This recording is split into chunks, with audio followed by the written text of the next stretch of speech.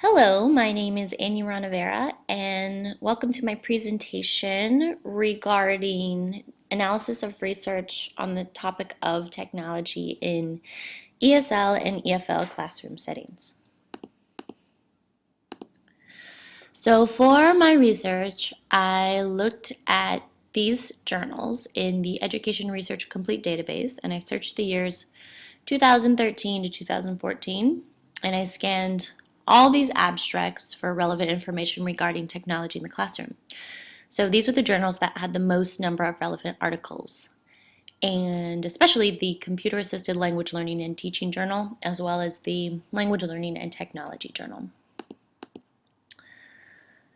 So after scanning and reading about 50 plus abstracts, I came upon a lot of new words that I hadn't heard of before doing this research. So I thought it was relevant to go over these terms that were prominent in the abstracts. So digital literacy is kind of self-explanatory.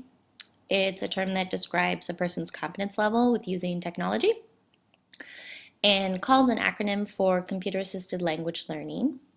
MAL is an acronym for Mobile Assisted Language Learning, so kind of for using smartphones in the classroom.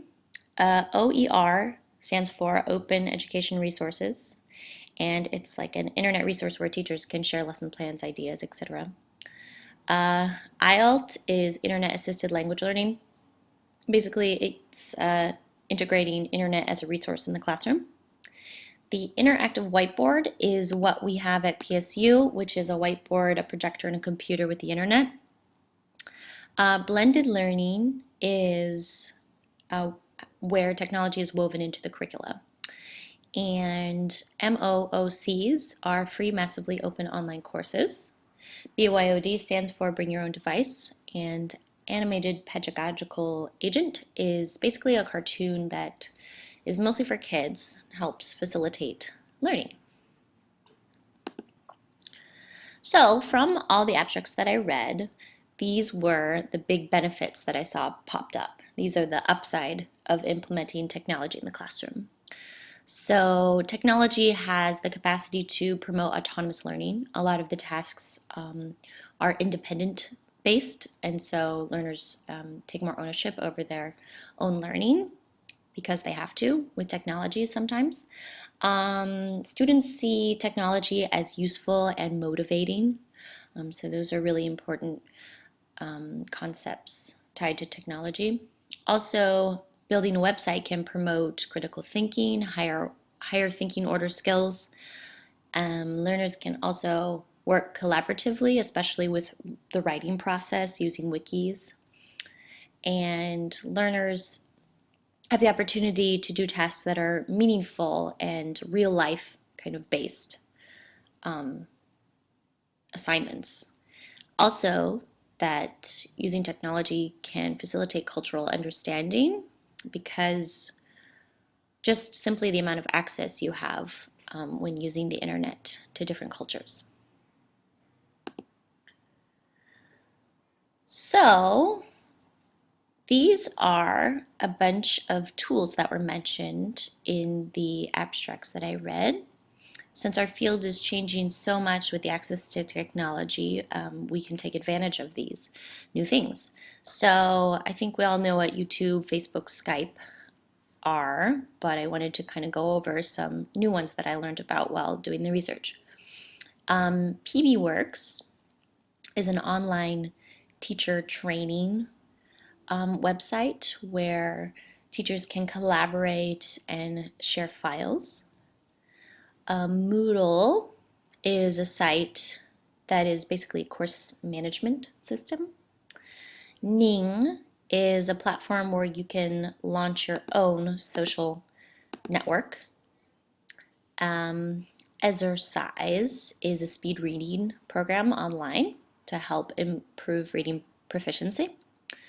VoiceThread is an interactive collaborative sharing tool, so students and teachers can share images, documents, videos, and comment on those in audio formats.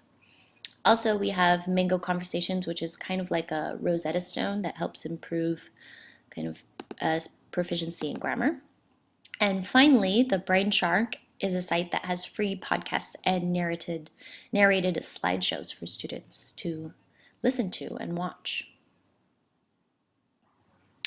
So we can't talk about the good without addressing the bad. So these are some of the negative themes that came up in the research. So number one is access. Not everybody has access to internet and has the money to pay for smartphones and tablets. So this is a major issue when we're trying to implement technology use in the classroom. Maybe it's not appropriate for everybody.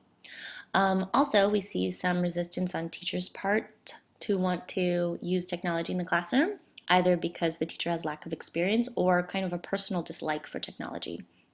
We've already touched on affordability. Another thing is that teachers have a hard time deciding what is too much use of technology, what's too little in the classroom. So there's kind of a difficulty in striking the right balance there. And synchronous tools like Skype can be kind of logistically difficult to use when you're trying to communicate with, let's say, a class in Europe. It's kind of hard to find the right time that works for everybody. So from all the abstracts that I read, I chose to focus on one article in particular. And I chose this article because, well, it was shorter, but also it sounded really interesting because it was interviewing or getting information from new student teachers in a TESOL master program. So I thought it'd be beneficial for us to learn how another cohort was reacting to implementing technology in the classroom. So this article is by a few, I think they were actually students at Columbia University, and their article is called Use of Technology in an Adult Intensive English Program, Benefits and Challenges. So the study was exploratory, and they used questionnaires and online surveys using Google Forms, and they also had a follow-up questionnaire. They used Excel to calculate percentages and averages, and they coded their data qualitatively using open online docs. The main questionnaire consisted of 5 multiple choice questions and 5 open-ended questions. And the participants were 39 fellow MA TESOL students who taught 3 days a week at the IEP at Columbia University. So the major results from the study showed that about 70% of the students reported they were proficient in using technology like YouTube and Skype, IM, and blogs, but only 30% of these student teachers were actually using these skills in the classroom. So the problem they recognized was that technology is prevalent for students, but they're not using their knowledge, and they're learning about it in their teacher training programs, but they're still not using it. So the question was, how can they change that? And their suggestions were that teaching trainer programs should really try to integrate technology into the curriculum more so that future teachers would feel more comfortable with using it. Also, they felt that having a mentor that was technologically skilled would be beneficial for future teachers. And also, they thought that making technology use mandatory in some way, for example, like an e-portfolio like we do for our program here, would help student teachers feel more comfortable.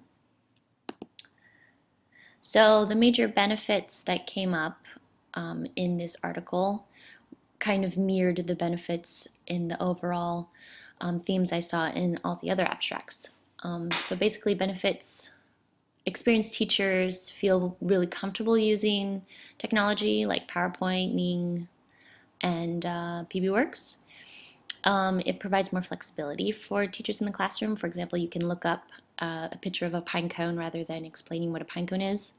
It's really engaging for students to use technology, and it's a way to integrate the authentic materials into the classroom.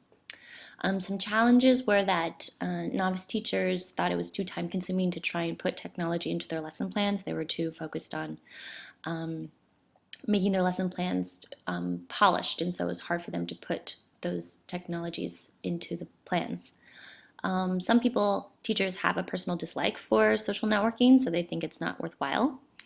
And beginners, students often lack access to computers and have low digital literacy skills. Also, technology is seen as a poor replacement for face-to-face communication.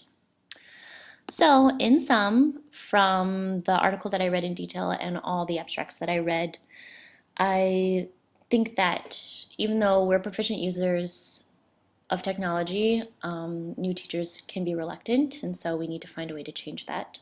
Also, teaching training programs need to implement technology into the curriculum more. I think we're doing a really good job right now at PSU, actually. And also, access to technology is pretty difficult and not easy for everybody to have. So thank you for watching, and see you in class.